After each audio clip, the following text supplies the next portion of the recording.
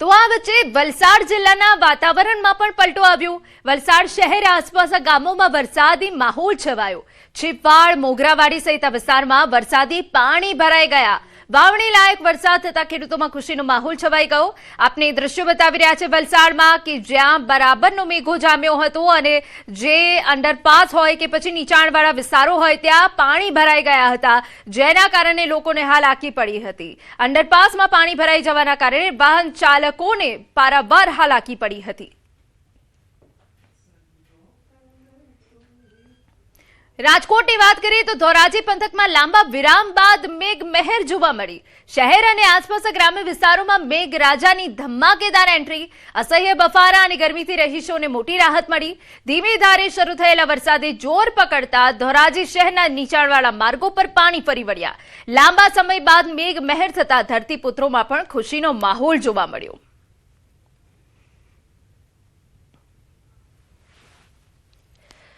અમરેલીની વાત કરીએ તો અમરેલી જિલ્લામાં વરસાદી માહોલ જામ્યો છે। વહેલી સવારથી જ અમરેલી તેમજ બગસરા પંથકમાં વરસાદી ઝાપટા પડ્યા। અમરેલી શહેર, ગિરિયા, ઈશ્વરિયા, ચક્કરગઢ, રંગપુર, માચીયાડા, પ્રતાપપરા સહિત વિસ્તારોમાં વરસાદી ઝાપટા પડ્યા, જેના કારણે વાતાવરણમાં ઠંડક પ્રસરી ગઈ હતી। આપને જણાવી દઈએ કે એક તરફ ખેડૂતોમાં ખુશીનો માહોલ છે, બીજી તરફ જે અસહ્ય ઉકળાટ પડી રહ્યો હતો તેનાથી લોકોને પણ રાહત મળી છે। સમાચાર મળી રહ્યા છે કે દ્વારકા પંથકમાં વરસાદ શરૂ થયો। ખંભાળિયામાં ધીમે ધારે વરસાદનું આગમન થયું છે। ખંભાળિયા આસપાસના ગામડાઓમાં વરસાદ પડ્યો। વરસાદના કારણે રસ્તાઓ ભીના થઈ ગયા। આસપાસના ગ્રામ્ય વિસ્તારોમાં પણ છૂટો છવાયો વરસાદ પડ્યો। વરસાદથી આગોતરા કરાયેલા મગફળીના વાવેતરને જીવનદાન મળ્યું છે। લાંબા વિરામ બાદ વરસાદથી ખેડૂતોમાં ખુશીની લાગણી છે। હવે સારા વરસાદની આશા સાથે ખેડૂતોની નજર આગામી વરસાદી સિસ્ટમ પર છે।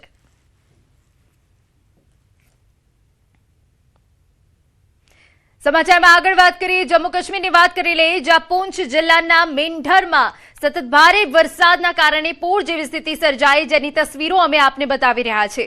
ભારે વરસાદથી અનેક એવા નીચાણવાળા વિસ્તારો છે કે જે જળતરબોળ થઈ ગયા છે, જ્યારે કેટલાક માર્ગો પર કાટમાળ અને પાણીના કારણે વાહન વ્યવહાર પ્રભાવિત થયો છે। પરિસ્થિતિ પર પ્રશાસન, પોલીસ અને એસડીઆરએફની ટીમો સતત નજર રાખી રહી છે। રાહત અને બચાવની કામગીરી હાથ ધરવામાં આવી છે। સ્થાનિક લોકોને નદીઓ, નાળાઓ અને પાણી ભરાયેલા વિસ્તારો પાસે ન જવા તેમજ બિનજરૂરી મુસાફરી ટાળવા અપીલ કરવામાં આવી છે। આજે દ્રશ્યો અમે આપને બતાવી રહ્યા છે પૂંછના છે કે જ્યાંની સ્થાનિક નદીઓ ઉફાન ઉપર છે અને નદીના પાણી આસપાસના ગ્રામ્ય વિસ્તારોમાં પ્રસરી ગયા છે, જેના કારણે પૂર જેવી સ્થિતિ સર્જાઈ છે। એક તરફ તંત્રએ અપીલ કરી છે લોકોને સાવચેત રહેવા માટે, તો અનેક એવા વિસ્તારો છે કે જે જળમગ્ન થઈ ગયા છે। મેંઢરમાં ભારે વરસાદના કારણે હાલ પૂરની સ્થિતિનું નિર્માણ થયું છે।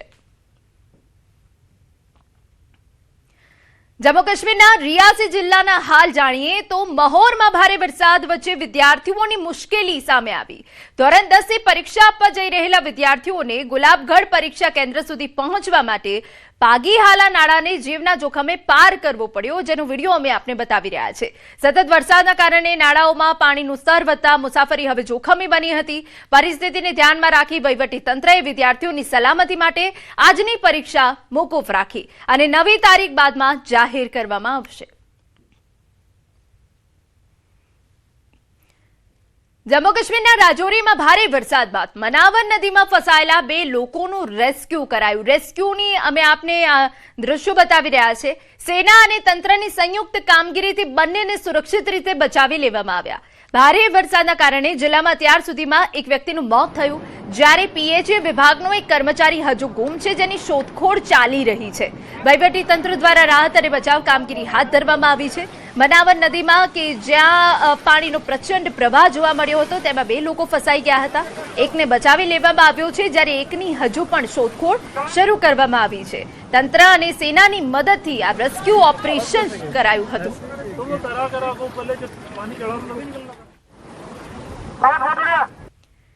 જમ્મુ કાશ્મીરના રાજૌરી જિલ્લામાં ભારે વરસાદથી જનજીવન અસ્તવ્યસ્ત થઈ ગયું છે, જેની તસવીર અમે આપને બતાવી રહ્યા છે। અનેક ઘરોમાં પૂરના પાણી ઘૂસી જતા કપડાં, અનાજને ભારે નુકસાન થયું। ભારે વરસાદના કારણે પશુધનને પણ નુકસાન પહોંચ્યું હોવાના અહેવાલ છે। અનેક પ્રાણીઓના મોત થયા હોવાનું પણ સામે આવ્યું છે। હાલ અસરગ્રસ્ત પરિવારો મુશ્કેલીઓનો સામનો કરી રહ્યા છે અને જિલ્લા વહીવટીતંત્ર પાસેથી તાત્કાલિક રાહત અને વળતરની માંગ કરી રહ્યા છે। પરંતુ આ તસવીરો રાજૌરીના અનેક વિસ્તારની છે કે જ્યાં પૂરના પાણી ઘરોમાં ઘૂસી જતા લોકોની ઘરવખરીને ભારે નુકસાન થયું છે।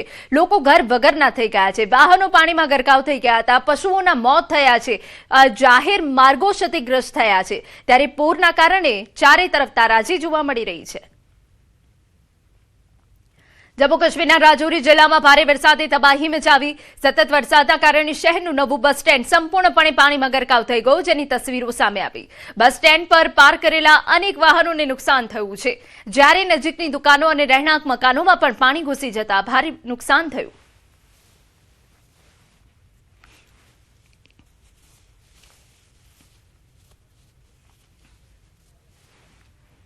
બસ સ્ટેન્ડ સંપૂર્ણપણે પાણીમાં ગરકાવ થઈ ગયું, જેના કારણે પાર્ક કરેલા અનેક વાહનોને નુકસાન પહોંચ્યું છે।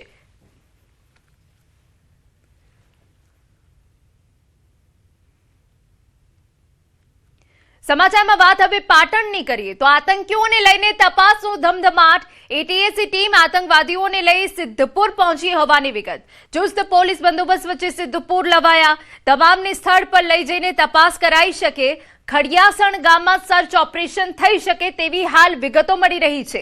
ગામમાંથી ઝડપાયેલ આતંકી મોહમ્મદ અયુબ કડીવાલાની તપાસ ચાલી રહી છે।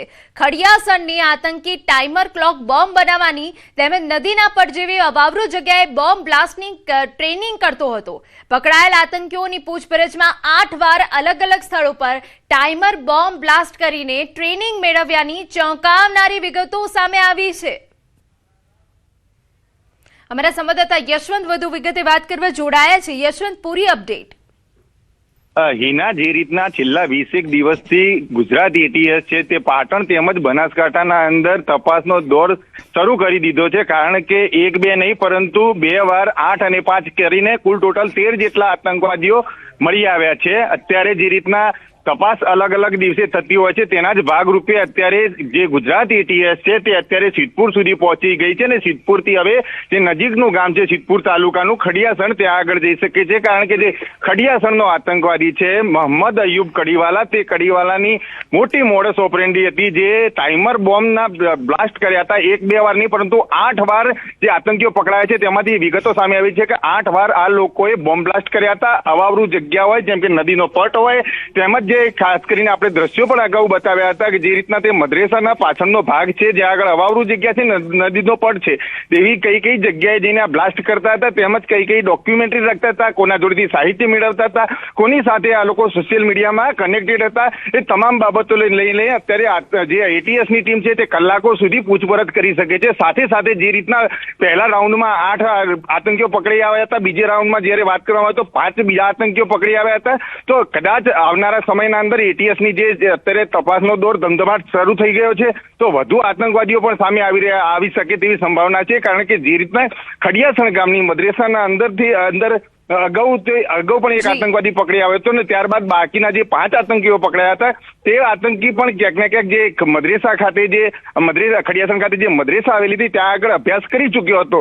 તો એટીએસ તપાસ કરી શકે છે। અહીંયા આગળ ભણનારા કોઈ વિદ્યાર્થીઓ હોય, ભણાવવાવાળા કોઈ ટીચર હોય, તમામને લઈને આ આતંકીઓને લઈને એટીએસ દ્વારા ધમધમાટ કરી શકે છે। બીજી વાત એ છે કે જે મોહમ્મદ અયુબ કડીવાલા છે તે તેના ધાબા ઉપર પણ અનેકવાર બોમ્બ બનાવવાની પ્રેક્ટિસ કરી ચૂક્યો હતો।